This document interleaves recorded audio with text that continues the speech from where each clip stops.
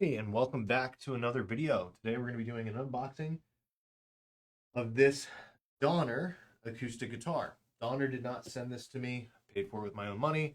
I was really interested in getting a budget-friendly acoustic guitar so that I could do basic setup video on it. Of course, I'll make unboxing. According to this model is the Rising G1. I actually don't know if that's the model. I didn't look it up. What was interesting about this is rather than a full wood acoustic guitar, it has a carbon fiber top, and I might be using it for a small trip that I need to bring the guitar so I can still do a couple classes while I'm on.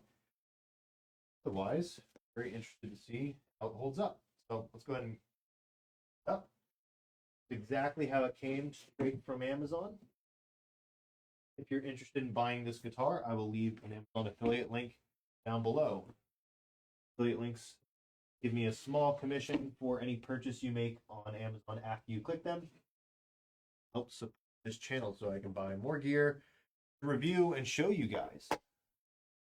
Go ahead and actually set this up on the desk here. So let me just stuff out of the way real quick. And let's switch that camera. Yeah, there we go. All right. So it should come with a gig bag, but pictures of the actual instrument from Donner and then reviews look like the gig bag might be different. So let's see. All right, so it's a basic black gig bag. There's a zipper pouch on the front. I believe in the pictures, gig bag looked a little bit more gray, but otherwise looked exactly the same. You get a little quick start guide which explains how to change the strings and adjust the truss rod. Very helpful. Beginners don't typically know how to do that stuff. And rely on local shops to do it for them, and sometimes it's good just to learn how to do it yourself. I'm just going to take the guitar out here. And it looks like there's a box of accessories that was under the head. So let's see what it came with. I don't actually remember. I think it was like a cloth and some strings. Let's see. Yeah, we got a cleaning cloth. We got some picks. A clear pick guard. I'm guessing has some sort of double-sided tape on it, maybe. Otherwise, that'll be kind of weird to put on. Looks like an extra set of strings. I'm very curious, what gauge are these? This DAS 20L. Here we go. 11 to 50.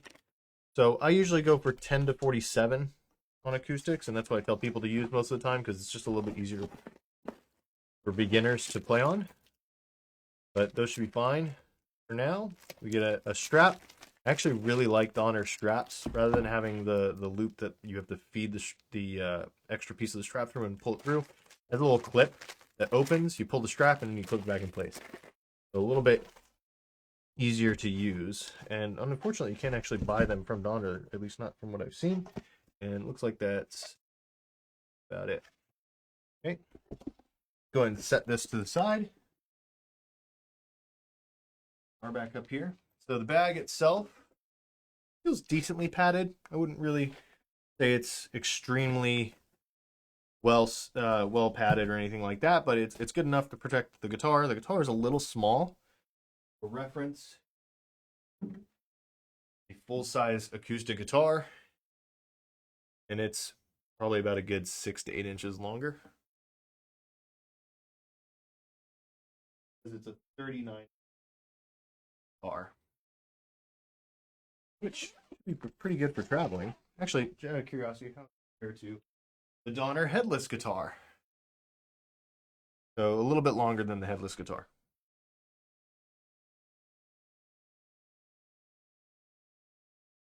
Probably going to be wrapped in some paper. I don't remember. We literally just watched a video the other day where they named what this paper is called, but can't remember off the top of my head. Looks like we get a truss rod adjustment Allen key here. And the guitar. I'm going to take this out. If you buy an acoustic guitar online, I usually recommend waiting a few hours from the time you bring it in the house till you open it, just so that any climate change has time to adjust a little bit. Off here, and as well. Let's see what we have. Okay.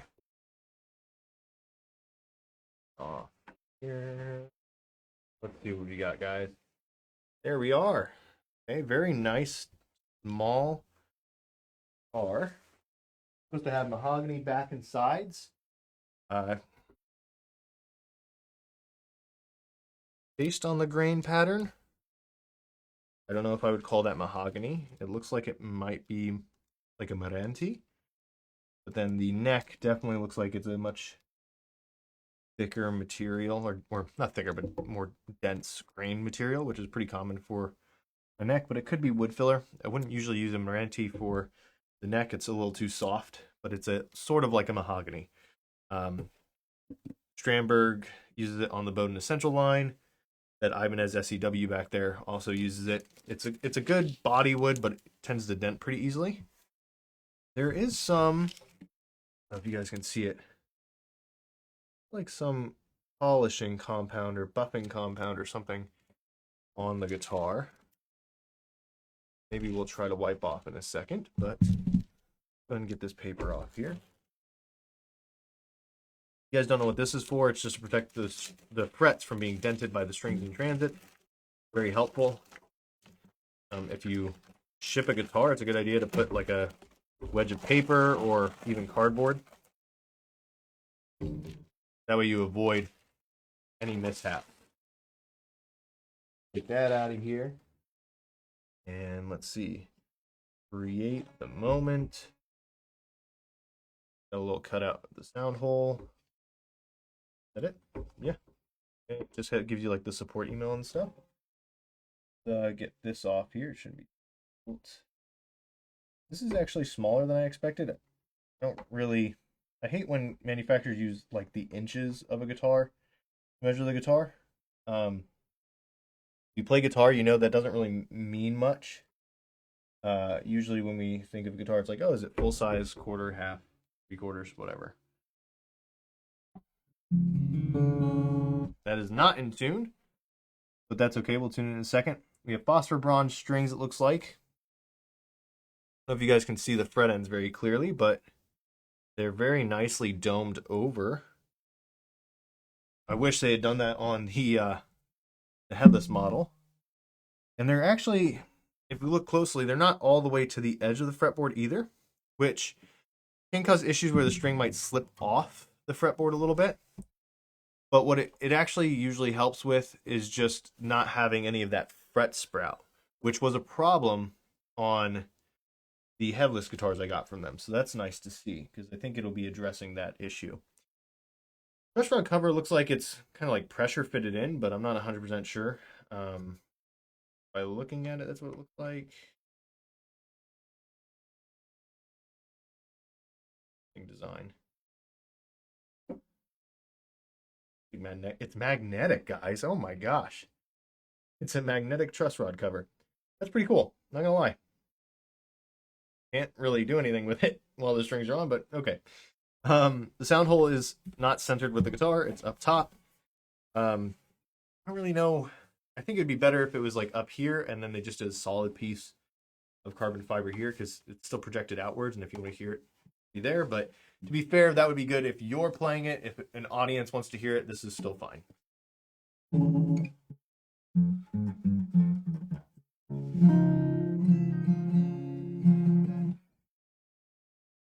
It's nice and lightweight. That's pretty good. Go ahead and get some measurements on this. There is some glue residue towards the 17th fret, if you can kind of pick up on that. See if I can that spread out. There you go. That should probably clean up pretty easily. Actually, I don't even know if it's glue residue. It seems like it's like scratching off. Yeah, it might be glue residue. Frets look not as polished as they could be, but not bad. Rings look clean, which is nice. Usually you don't see that. Frets are a little scratchy, or at least the strings are a little scratchy. Okay. All right, like I said, we're going to get some measurements on this. So loosen up that string. And that string. The first thing I want to know is, well, how deep is it on the neck? So we're going to go ahead and measure everything we can on this. Get the strings out of the way. Hold them in place. Okay, and then give me one moment while I pull up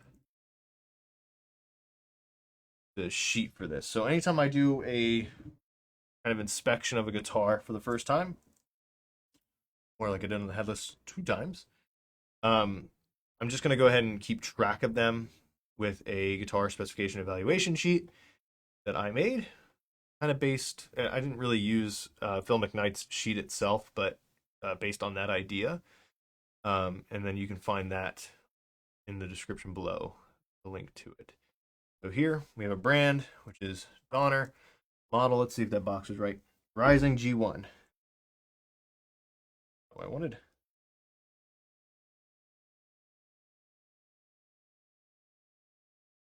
Rising Dash G1. Okay. Serial number. Just got another guitar from Stritch that didn't have a serial number at all. ECJ 659 3251 2142. Okay, country of origin, I believe these are made in China. Does it say in there? Crafted. Craft. Is it care? Can't read sideways. Create the moment. Made in China. There we go. Okay. Body type. I don't really have a way of. It's mixed. It's carbon fiber and wood, so I'm not going to put that in. Finish is satin. And it comes with a gig bag. All right. So, body wood. Sides and back.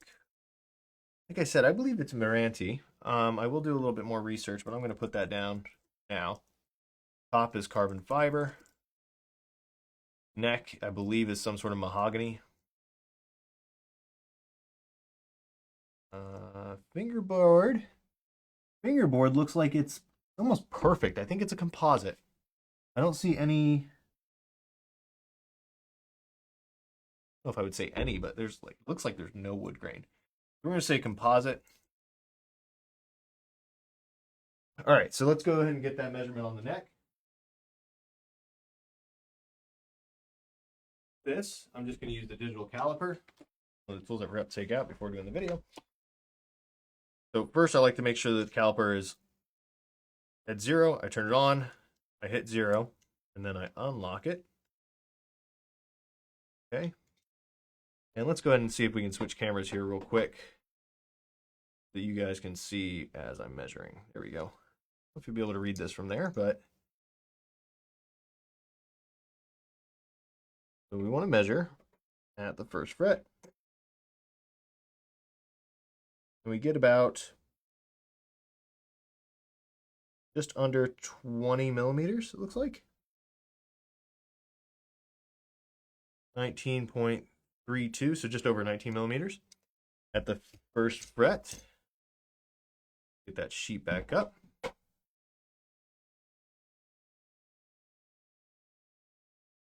19.32 millimeters. And then thickness at the 12th fret.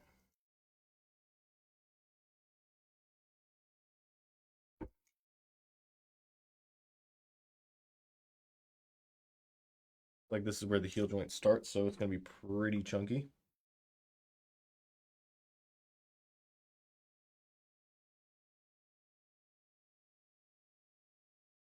Okay, and there we have 35.28 millimeters.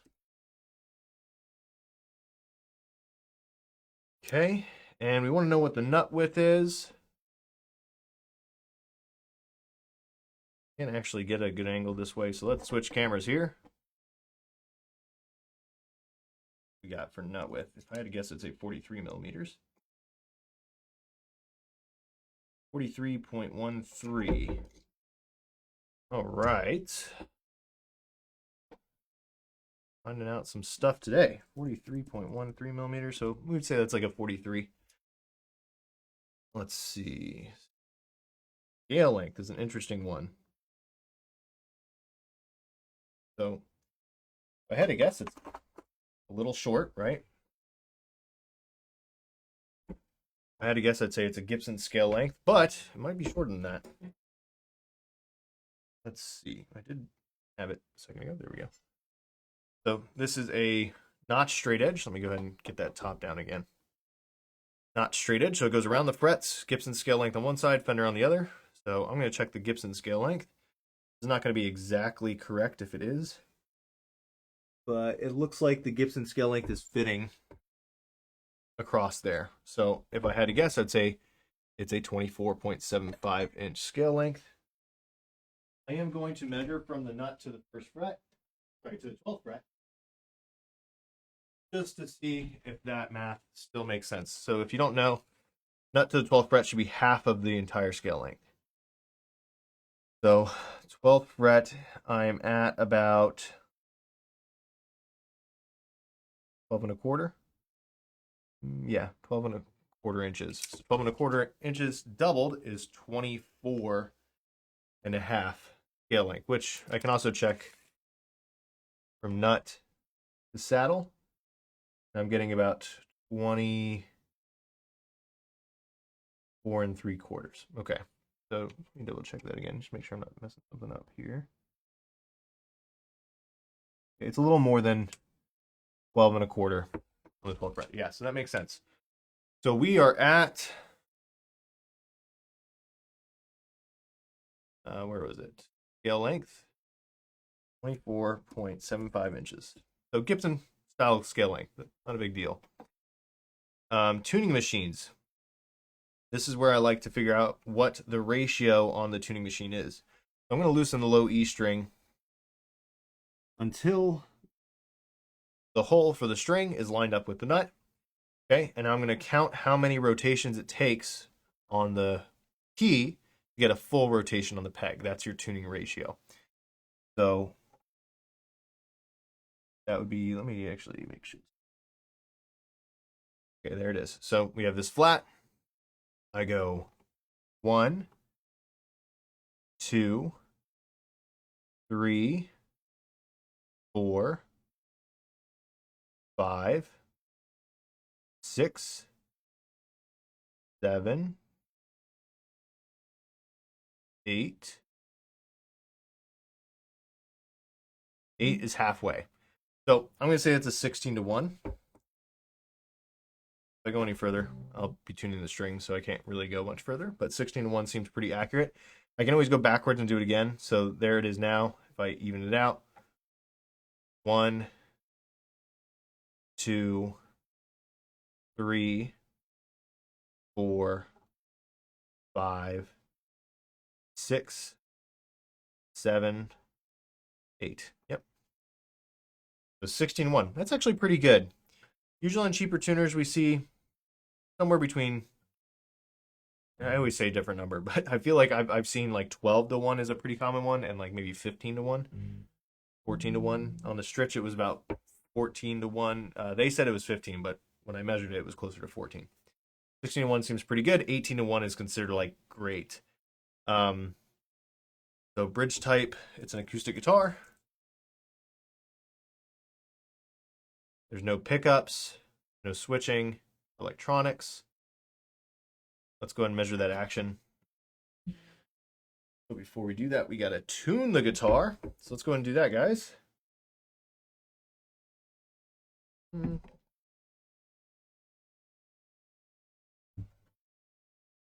So let's see if you guys can see that tuner there.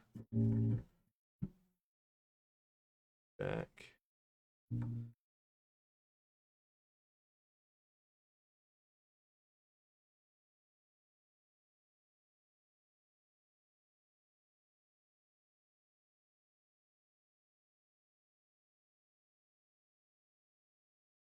We're just having trouble there.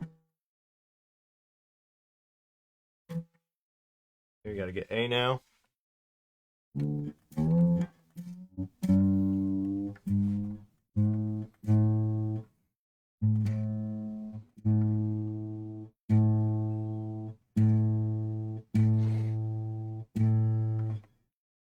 Let's go ahead and get D.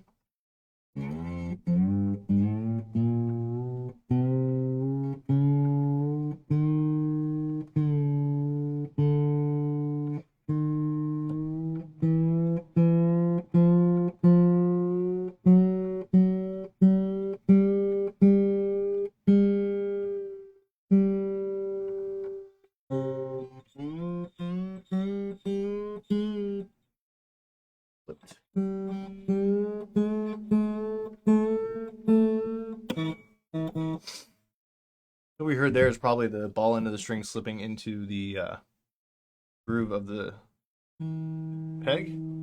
Making sure nothing's slipping out. We don't want it to fly off.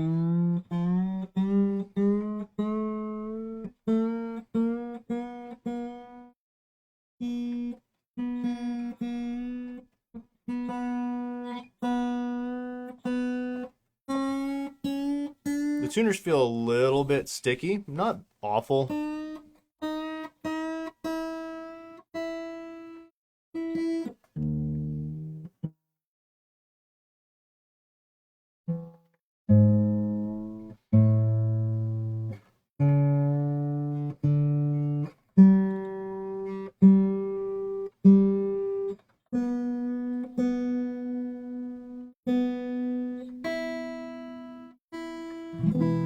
All right, it's in tune. The action looks pretty high. Really normal for acoustic guitars, though. I can't say I'm surprised. All right, let's get the ruler out here. So according to this ruler, the low E is a 3.25 millimeter from the 12th fret to the bottom of the low E string, which pretty high. We'll go ahead and I'll tell you what that is based on Music Nomad's suggestions in a minute. And the high E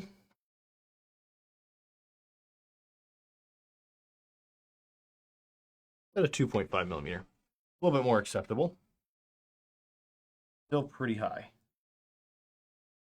So based on Music Nomad's ruler and guide, if you want to actually know what the average is for acceptable, most acoustics are supposed to be at about a 2.3 on the low E.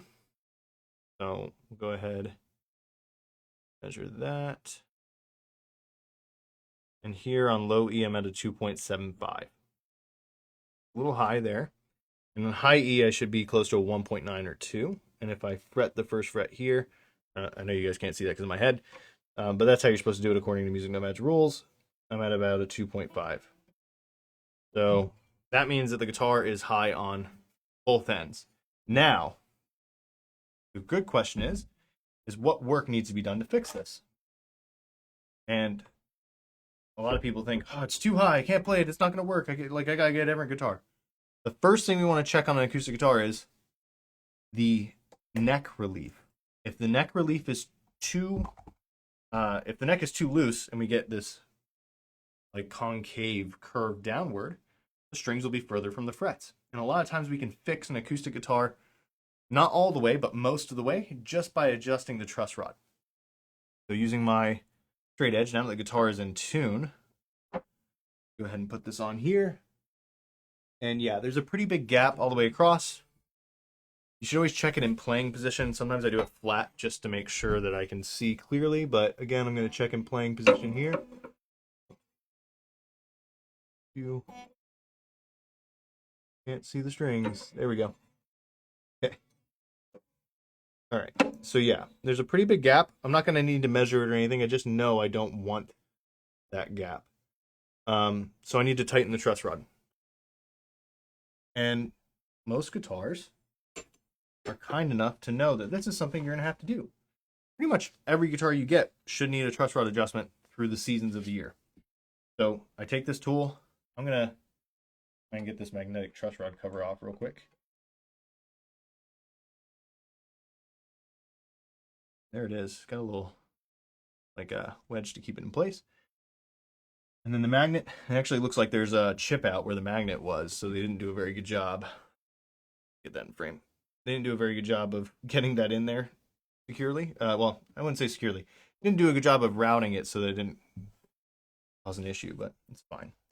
To tighten the truss rod, we would stick this in here. You're probably going to have to kind of rotate a little bit to find the right angle for the truss rod.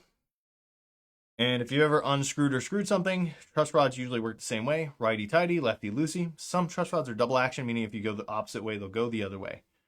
Now, while this is a pretty simple thing to do, it's also one of the only things you can do to a guitar that can completely ruin it, and not necessarily past repair, but to where repair is not worthwhile. So I just want to do a little bit. Right now, you can see it's kind of off center. I'm going to bring it to pretty much the exact same spot, but on the opposite side. I'm going to rotate it about there. And with it still in, I don't want to take it out or anything. I'm just going to check the truss rod or the neck straightness again. And immediately I can see that's a lot better, but not quite flat. And that's okay.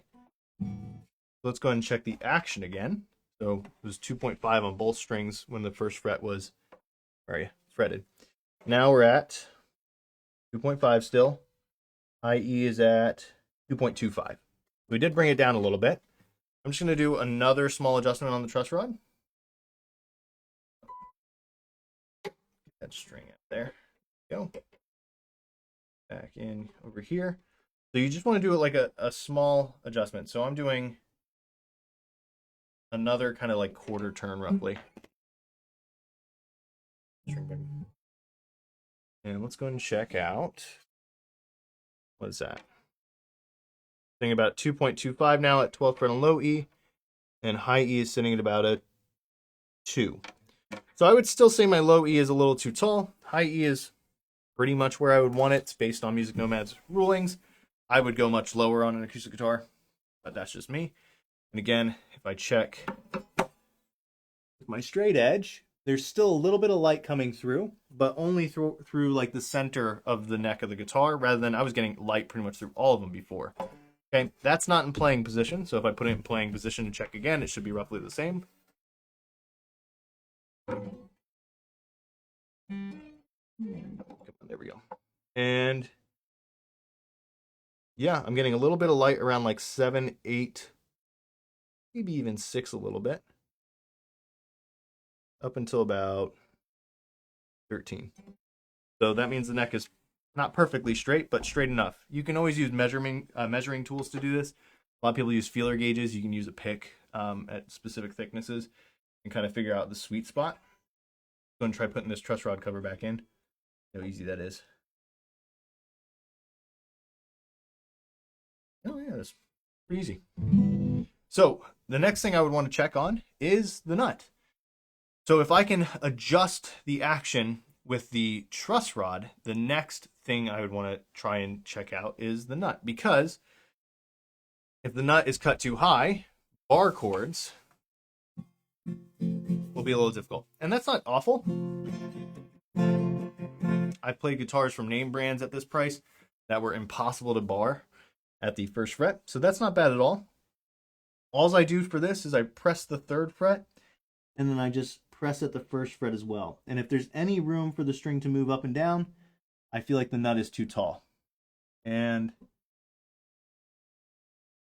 every single string has a little bit of room. High E is pretty much perfect, but the other ones are all a little bit too close. So again, if I fret the 3rd fret, and then I just tap at the 1st fret, if there's any movement there, that means that it needs to be taken down. Another way you can do this too, or at least I do it, is I play the string open, and I try to just lightly touch the string at the 1st fret.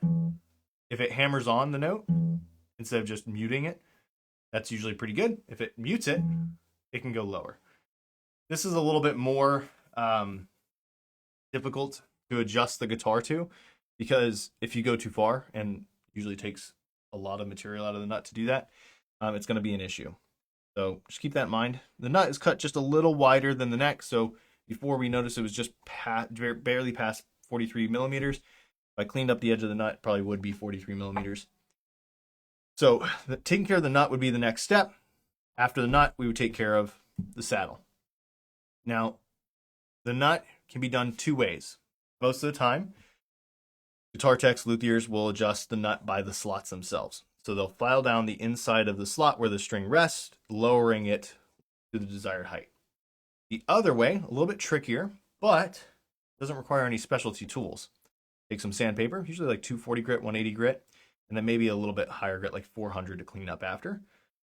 You loosen the strings, you take the nut off, and you sand the bottom of it. On an acoustic guitar, 9 out of 10 times, I would say the bottom of the nut is flat.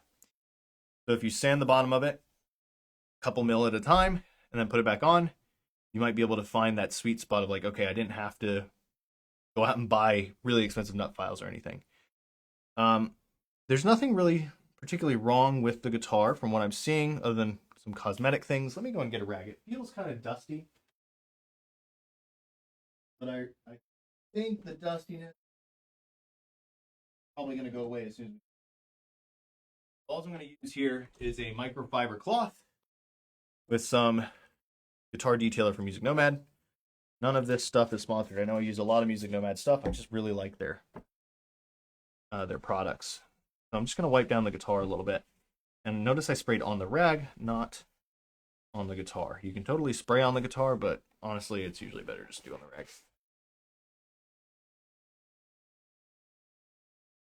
Over. So one of the spots I was noticing on my wife's hairs, one of the spots I was noticing is there's a lot of like compound or residue on the neck. I'm going to try and clean that up. The neck is what you're going to be touching with your hands the most. So see if that cleans up. You can see right there some sort of residue. Probably glue squeezed out from the neck joint. On a low-cost guitar, it's not that big of a concern. We could definitely polish it up with some sandpaper, but it's not coming out with just the guitar polish. So it's there to stay for now. Yeah, the neck feels a lot better. The texture of the wood is still a little bit dusty feeling, and I think it might just be the satin finish they use. Lower grade satin finish will typically feel a little bit rougher, especially if it has less finish work done on it. But that's fine. So other than that cosmetic issue and having to adjust the neck, I think we were okay. And just so you know, my sheet on the specs of the guitar are not going to be after the truss rod adjustment. They're going to be before. It's all about what the guitar is like when you buy it.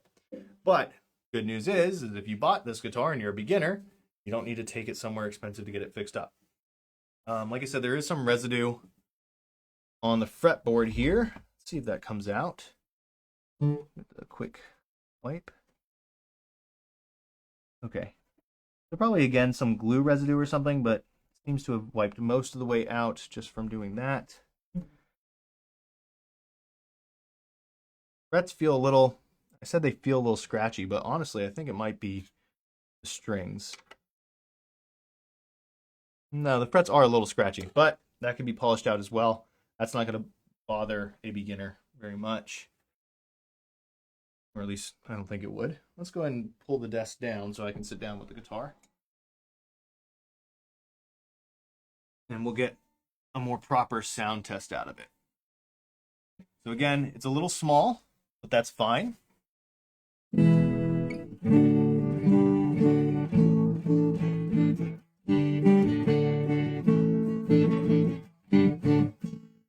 All right, so it's very bassy sounding. I don't know if that's picking up for you guys, but it does sound very, very bass heavy.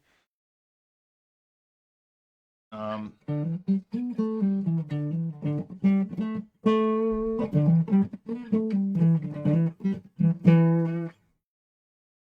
a little bit of scratchiness. I don't know if you guys can hear that, but there's a little bit of scratchiness to the frets.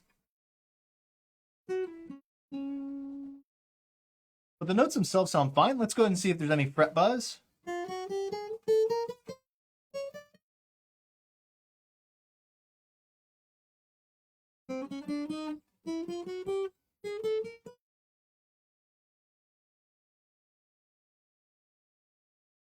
So far, so good.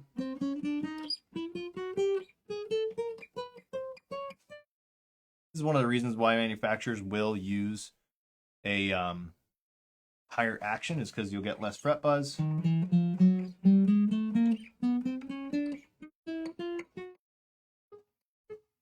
that's where the fretboard ends.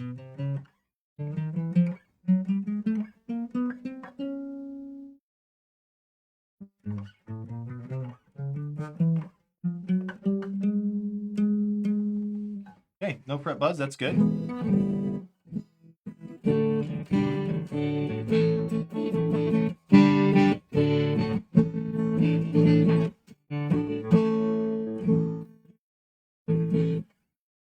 so that's good. Let's see. Noticing anything else?